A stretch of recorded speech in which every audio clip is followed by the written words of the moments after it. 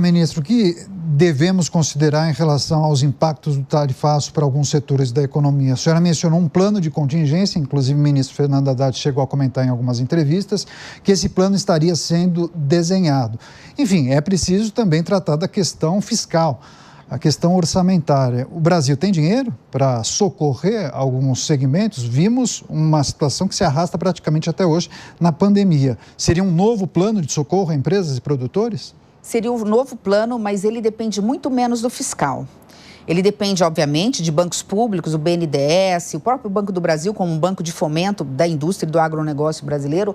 Só que a gente antes precisa tirar a espuma, fazer a verdadeira limpeza para ver quais são os setores que não conseguiram redirecionar os seus produtos para novos mercados, quais são os produtos, como você falou, que não foram absorvidos pela economia local, nacional, ver quais são verdadeiramente os setores que foram atingidos e fazer planos de contingência geral e específicos. Eles envolvem alongamento de prazos de dívidas, carência, talvez uma flexibilização na relação de trabalho, tudo isso vai ser colocado na mesa. O fiscal, ele entra num segundo momento, né? Uma possibilidade de um fundo, mas são valores muito modestos comparado à pandemia. O Brasil suporta, se for nessas condições, o fiscal suporta. E com uma outra questão também, a lei de reciprocidade que foi aprovada, que permite que a gente tribute, pague na mesma moeda, ela dificilmente vai ser acionada. Primeiro que não nos interessa retalhar, não é de retaliação que nós estamos falando. Né? Nós temos que ser o adulto na sala. O presidente Hugo Mota defende a adoção da lei da reciprocidade. Não é o que eu defendo e posso dizer que grande parte da equipe, não só da equipe econômica, mas da equipe política do governo do presidente Lula não defende. E não é só porque se trata de retaliação, porque essa briga tarifária ela não é boa para nenhum das partes, mas porque isso geraria inflação para o Brasil. Aumento de produtos para o Brasil. Nós não vamos penalizar o povo brasileiro para poder dizer que somos, né?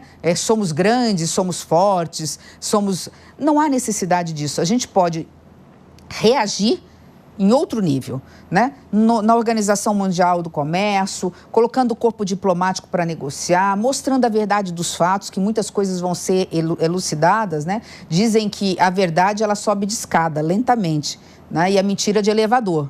Mas uma hora, a mentira, nós estamos falando aqui de só falar a verdade. Esse programa tinha que valer, né, para toda a política brasileira. Mas essa também é a postura do presidente Lula?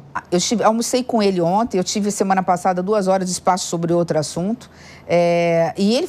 É uma coisa interessante que eu posso contar, porque, assim, participei disso. Quando a carta chegou, que chegou sem ser de forma oficial, isso acho que foi até divulgado, ele achou que era fake news. Ele perguntou, mas isso aqui é sério?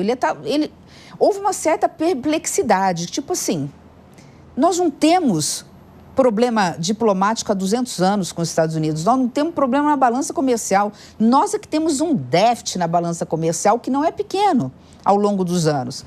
Depois veio uma indignação. Resumindo, misturando alhos com bugalhos, palavras minhas não do presidente, tá? Alhos com bugalhos. Estamos discutindo uma coisa que é uma coisa inédita, comércio exterior com política, soberania de um país. Quem decide, que governo que ganha, se é a direita, se é a esquerda, se é o centro, é o povo brasileiro. Né? Como discutir, o mundo inteiro reconhece que o Brasil vive uma democracia. Você pode não ter gostado, eu posso não ter gostado, o João pode não ter gostado do resultado das urnas. Mas ninguém vai desobedecer a decisão do povo brasileiro, que é soberano numa democracia, né? Não há censura, nós temos a liberdade de ir e vir, né? Quando você perde na justiça, você tem duplo, triplo grau de jurisdição, coisa que não acontece normalmente em muitos países do mundo, né? Eu sou advogada, a gente fala que um processo tem data para começar, porque você não prescreve, e não tem data para acabar. Você leva, às vezes, 10 anos se defendendo. Aqui tem ampla defesa, tem contraditório e tudo mais. Então, veio a indignação. Peraí, está misturando tudo. E depois veio a tentativa de negociação e todas as portas foram fechadas. E interessante, porque não foram fechadas para a esquerda brasileira, foram fechadas por um homem que São Paulo conhece bem, porque foi governador, né, que é uma pessoa com uma diplomacia, com a capacidade de conversar com todos, que foi o vice-presidente da República. O vice-presidente do Brasil não consegue diálogo, né, com a mesma contraparte nos Estados Unidos. Mas é do jogo. Né? A questão é o seguinte, o decreto está aí, Daniel.